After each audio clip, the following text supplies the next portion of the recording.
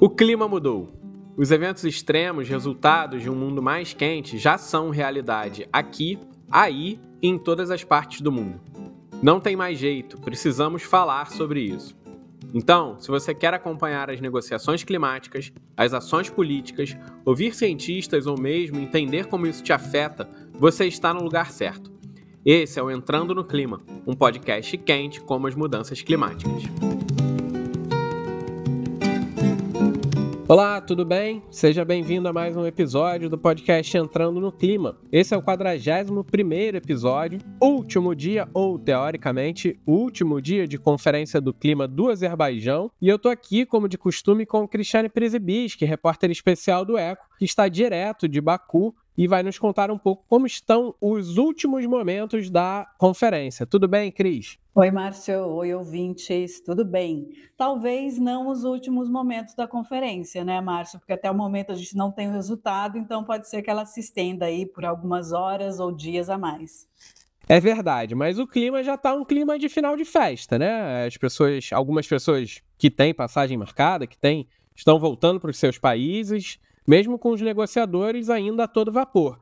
Então, queria te ouvir como é que está esse clima aí, esses últimos momentos da conferência. Bom, hoje então seria o último dia, né, da 29ª Conferência do Clima da ONU.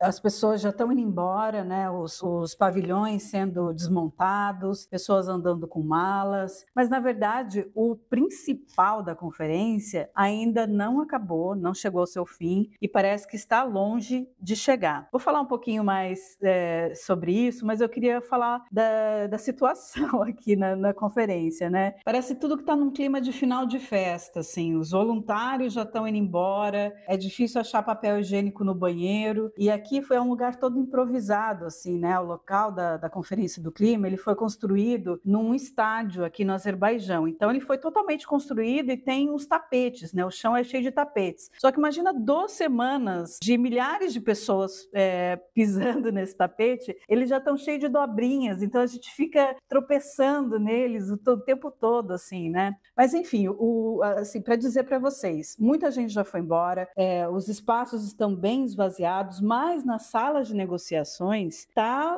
fervendo o negócio ali, porque se esperava que hoje já saísse um texto final dizendo o quanto que os países estão comprometidos, os países desenvolvidos estão comprometidos para o financiamento das mudanças climáticas, né? Os grupos de negociação falaram já em vários números, a gente já ouviu vários números, mas que eram todos acima de 1 trilhão. 1,1 trilhão, 1,3, 1,7 já saiu. Sabe o que aconteceu, Márcio? O primeiro texto que saíram 2 textos hoje, um pela manhã e um no final da tarde. O valor que a presidência da Conferência do Clima propôs como acordo final foi de 250 bilhões. Então, assim, muito abaixo do que os países em desenvolvimento pediam, e foi uma decepção total. É meio que não sair do lugar, né, Cris? Totalmente, Márcio, assim, porque pensando que se já existia um valor anterior, que era 100 bilhões por ano até 2025, o que os países estão negociando agora é para além de 2025. Então, tínhamos esses 100 bilhões, que existem estudos mostrando que nunca foram alcançados esses 100 bilhões, propor 250 bilhões seria como se fizesse apenas a correção da inflação do dólar americano em cima desses 100 bilhões. O que a gente ouviu nas plenárias que aconteceram e nos corredores é que esse valor é inaceitável. Né? A gente ouviu, isso aqui estão fazendo uma piada com a gente? Isso é uma piada? Porque se a gente está pedindo mais de 1 trilhão, né, de dólares, mais de 1 trilhão, e vocês vêm propor 250 bilhões, e foi muito interessante, assim, os países as pequenas nações insulares, né, que são as mais afetadas pelas mudanças climáticas, né, pelo aumento do nível do mar, que foram, né, já historicamente são as primeiras afetadas, mas que sofrem muito intensamente, elas falaram assim, gente, vocês não estão falando de cifras, vocês estão escolhendo quantas pessoas vão morrer. Ao definir o valor que é para o enfrentamento das mudanças climáticas, vocês estão definindo quantas pessoas vocês querem que morram.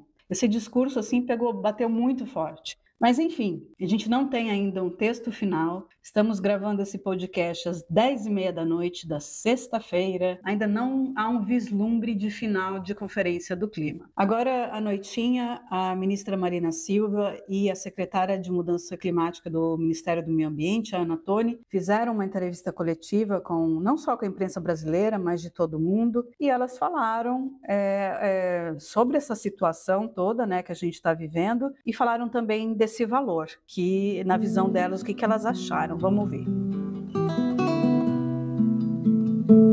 Nós sabemos que o número que foi apresentado não traz convergência, o valor que foi apresentado não traz convergência para os países em desenvolvimento.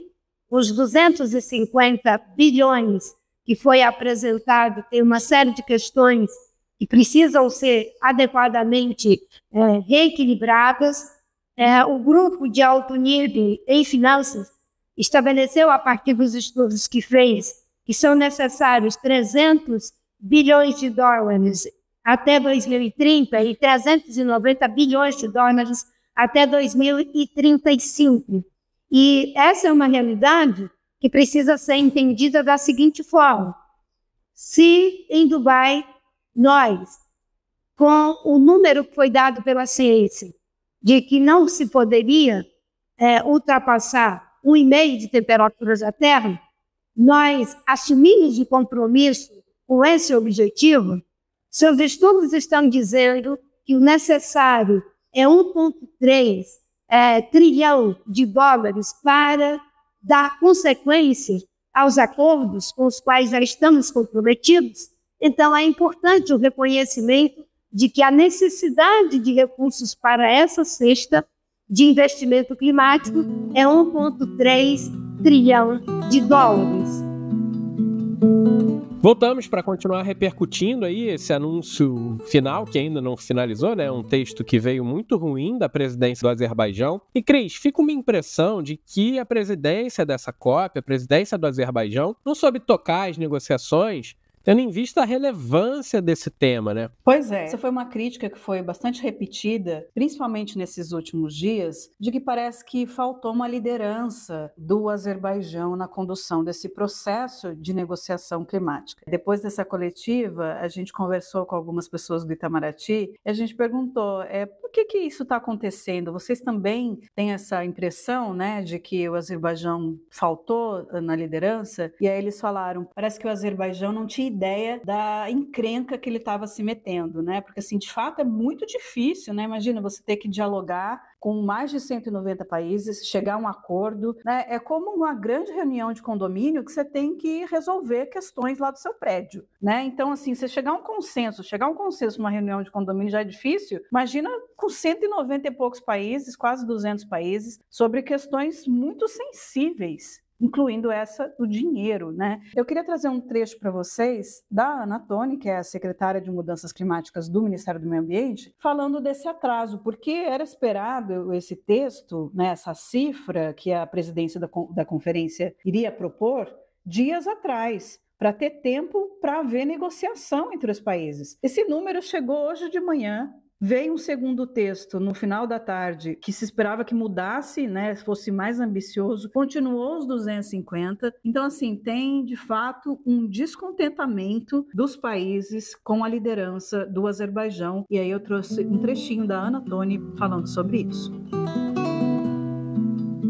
Como a ministra mencionou no começo, uma das coisas que a gente está realmente acho muito ruim que os números aparecem no último dia da COP, e acho que esse é um dos problemas. E acho que a ministra falou, é o tema mais importante dessa COP, e os números apareceram no seu último dia. E aí são confusos mesmo. Acho que o tema de números, esse debate, é exatamente o que estamos tendo agora. Passamos o dia inteiro tendo esse debate, primeiro da onde vem o número e também da pergunta que veio antes sobre a estrutura do número, o que significa esse número. Infelizmente tem muito pouco tempo e a gente está se esforçando no máximo possível para ter a clareza de não só o tamanho do número, mas tão importante quanto o que significa o número de provisão, de mobilização e que seja, isso acho que estamos todos muito claro, dos países desenvolvidos para com os países desenvolvidos.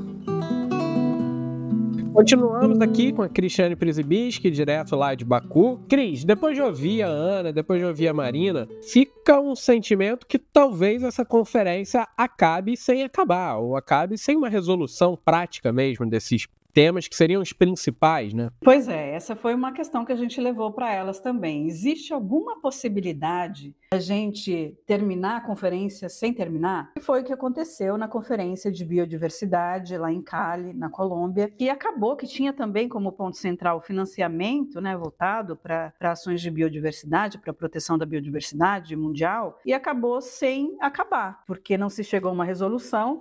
E a presidência daquela conferência adiou essa decisão para um futuro. Então a gente perguntou para a Marina Silva se ela achava que existia essa possibilidade da gente terminar, sair daqui, na verdade, sem um resultado. Segundo ela, isso não é uma opção. Vamos ver. Não consigo imaginar que estejamos na situação em que estamos, com chuvas torrenciais e secas ao mesmo tempo na Amazônia, com incêndios terríveis no Pantanal, com geada na África, com chuvas torrenciais nos Emirados Árabes Unidos, com onda de calor na Europa em muitos momentos, com furacões e tufões nos Estados Unidos, com um desequilíbrio total do sistema climático, com sofrimentos enormes para a humanidade, e aquilo que são os meios de implementação, que é o objetivo central dessa COP, não seja resolvido nessa COP. Então, estamos dispostos, mesmo nesse texto, tendo saído já, como eu disse, da prorrogação do segundo tempo, nós vamos trabalhar até o último minuto para que não levemos a um prejuízo de descredibilizar o sistema multilateral em relação ao enfrentamento da mudança do clima, sobretudo nesse contexto geopolítico que nós estamos vivendo. Há um senso de responsabilidade que está sendo evocado em cada um de nós e eu espero que esse senso de responsabilidade e compromisso possa prevalecer. Há uma disposição para o diálogo, nesse momento estão todos buscando conversar, o Brasil tem se empenhado, todos estão empenhados e eu espero que o resultado seja sairmos daqui com um aporte de recursos, uma arquitetura, uma estrutura que leve em conta um dos nossos compromissos basilares, que é também o da justiça climática. Se a conferência de Baku vai acabar ou não vai acabar, não sabemos, mas que o podcast Entrando no Clima está acabando mais um episódio é fato. Chegamos ao fim desse episódio. Como a Cris falou, hoje é sexta-feira, final do dia lá em Baku. Ainda não temos um texto final da conferência, mas prometemos voltar amanhã para um episódio derradeiro. A gente não sabe nem muito bem como a gente vai gravar, né, Cris? Porque amanhã você está embarcando para voltar para o Brasil, né? Pois é, Márcio, ouvintes, estou embarcando no final do dia. Vamos ver, esperamos que até o final do dia, né, o final de sábado, a gente tenha um resultado não só em relação à quantidade, né, que é esse valor do financiamento. Lembrando, tem vários outros pontos que estão sendo discutidos aqui que são tão importantes quanto o financiamento, né, mas como esse é o ponto principal, é o que tem maior destaque. Eu espero realmente que amanhã a gente tenha o resultado até no meio da tarde. Tá ótimo, eu prometo a vocês, caros ouvintes, que amanhã, nem que a Cris mande um áudio pro WhatsApp, a gente grava o podcast separado, mas a gente vai trazer as novidades e o encerramento da cúpula para depois desdobrar em análises que com certeza vocês vão poder acompanhar, não só aqui no podcast, mas também no nosso site, em textos e nas redes sociais. Obrigado, Cris, mais um dia juntos e amanhã a gente se fala. Eu encontro vocês amanhã e espero com boas notícias. Tchau, tchau. Esse podcast é uma realização do OECO com apoio do Instituto Clima e Sociedade. Se você gosta do nosso trabalho, considere nos apoiar em catarse.me/OECO. Você pode seguir toda a nossa cobertura em oeco.org.br e também nas nossas redes sociais. Por hoje a gente fica por aqui e voltamos amanhã. Um abraço e até lá!